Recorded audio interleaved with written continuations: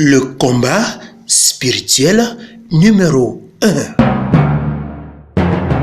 Dans cette vidéo, nous allons parler concernant le fait d'être un membre d'une dénomination chrétienne donnée et être un disciple du Seigneur Jésus-Christ. Bible TV International. Alors, notre frère en Christ, vêtu de blanc, est en train de marcher vers la vie éternelle, accompagné par le conseiller, un ange du Seigneur Jésus-Christ, Stéphane, vêtu de rouge. Alors, le Seigneur Jésus-Christ t'a choisi d'être un de ses disciples. Oui, Stéphane, j'étais déjà au courant, vous me l'avez dit d'avance. Mais ce monde, c'est vraiment un champ de bataille spirituelle. Oui, effectivement. Mais qui combat qui? C'est le peuple de Dieu et l'armée démoniaque de Satan. Le peuple de Dieu, je pensais qu'il devrait s'appeler les enfants de Dieu, je pense. Oui, beaucoup de gens se disent qu'ils aiment et croient en Dieu, mais ils n'obéissent pas à ses recommandations. Là, on se pose la question à savoir s'ils sont de vrais chrétiens. D'autre part, certaines personnes font la volonté de notre Père et obéissent à ses ordres. Ce sont eux qui sont appelés à être les enfants de Dieu. Mais toi, il t'appelle déjà son enfant parce que tu lui obéis. Dieu appelle ses enfants obéissants et les chrétiens à être le peuple de Dieu. Oui, je vois. Soudainement,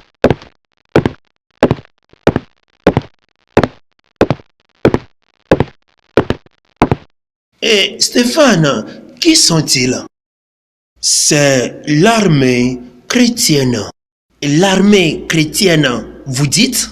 Cette image est la représentation des chrétiens en tant que soldats de Jésus-Christ selon le 2e livre de Timothée, chapitre 2, du 3e au 4e verset.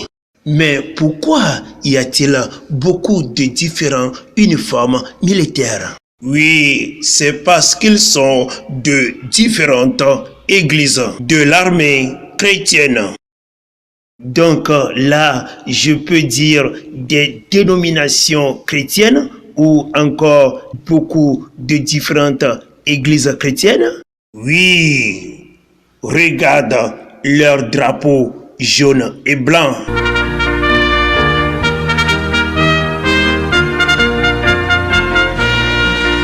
Oui, je vois. Ils sont des catholiques. Voir le drapeau vert. Ils sont des croyants modernes. Ceux-ci, les protestants, des chrétiens professionnels. Ici, l'église des croyants de la Bible de Louis II. L'église chrétienne des homosexuels ici. Regarde ici. L'église chrétienne des droits de la femme, l'église dans laquelle les femmes deviennent des pasteurs. On a l'église chrétienne évangélique. Et Stéphane, regarde ce groupe de soldats sans bouclier. Pourquoi n'en ont-ils pas? Oui, c'est parce qu'ils ne croient pas que le diable existe. Effectivement, j'ai entendu la parole de certaines églises dans ce monde qui disent que le diable et l'enfer n'existent pas. Oui, c'est vrai. Ok, toutes les confessions, c'est-à-dire toutes les dénominations chrétiennes, croient-elles en Jésus quand même? Oui, mais le problème, c'est que ils ont beaucoup de différences basées sur leurs propres croyances religieuses. C'est pourquoi ils se séparent toujours les uns des autres à cause de leur désaccord sur la doctrine biblique. Stéphane, mais c'est triste. Oui, le Seigneur Jésus-Christ déteste les dénominations chrétiennes. Attends, Stéphane, si quelqu'un me demande, toi, tu es de quelle église? Que dois-je répondre? Faut lui dire, moi, je suis un disciple du Seigneur Jésus-Christ. Point. Ah, c'est bon. Bien sûr, je suis un disciple du Seigneur Jésus-Christ. Alléluia. Alan et Stéphane ont continué la marche vers la vie éternelle. Bible TV International. La raison pour laquelle bon nombre de ceux qui se disent chrétiens n'arrivent pas à faire la volonté de Dieu est qu'on ne veut pas être des disciples de Jésus-Christ, mais on a préféré de suivre les enseignements des dénominations chrétiennes qui sont contraires à la volonté de Dieu. Qu'appelle-t-on un disciple?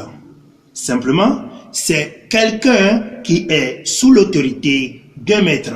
Le disciple n'a aucun droit de faire sa propre volonté ni la volonté d'une autre personne, mais ne fera que la volonté de son maître. Quant à nous, les chrétiens, notre maître, c'est le Seigneur Jésus-Christ. Et si réellement on est ses disciples, on ne fera rien que sa volonté. Quelqu'un qui veut être un disciple du Seigneur Jésus-Christ, avant de faire un seul pas quelconque dans sa vie ou obéir à une soi-disant parole de Dieu, il doit se poser la question à savoir ce que je voulais faire. Jésus-Christ lui-même l'a une fois fait. Est-ce que cet enseignement venant de cette dénomination chrétienne est une recommandation du Seigneur Jésus-Christ? Ce qui est en train de traverser ma tête, ma pensée, viennent du Seigneur Jésus-Christ. Ce que prêchent certains dirigeants des dénominations chrétiennes, les pasteurs, les prêtres catholiques, les prophètes, les évangélistes, etc., c'est la volonté du Seigneur Jésus-Christ. C'est malheureux que les foules des chrétiens veulent croire à tout ce que disent les dirigeants des églises et ne font pas attention aux enseignements du Seigneur Jésus-Christ, leur maître. Eh bien, pour échapper aux enseignements des dénominations chrétiennes contraires à la parole de Dieu et être un disciple du Seigneur Jésus-Christ, il faut qu'on revienne maintenant à la méditation totale de la parole de Dieu, la Bible. La vidéo que nous venons de suivre est une révélation divine que le Seigneur Jésus-Christ nous a donnée pour révéler des choses cachées au peuple et en particulier à ses enfants en ces derniers temps. Suivez le message de la vraie repentance et prière en vidéo directe sur Facebook Enoch Adécoulé chaque vendredi à partir de 23h30 et chaque dimanche à partir de 9h30 GMT. Vous aurez plus de nos vidéos sur YouTube, Bible TV International CJC.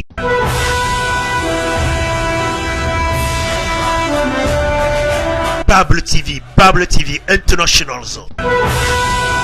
Vous pouvez poser toutes vos questions sur vos chaînes de télévision Bible TV avec votre frère, le pasteur Enoch. Peut-être que vous aurez besoin de nous, qu'une zone soit évangélisée ou des enseignements au sein de votre église. Bible TV, la Bible est notre télévision.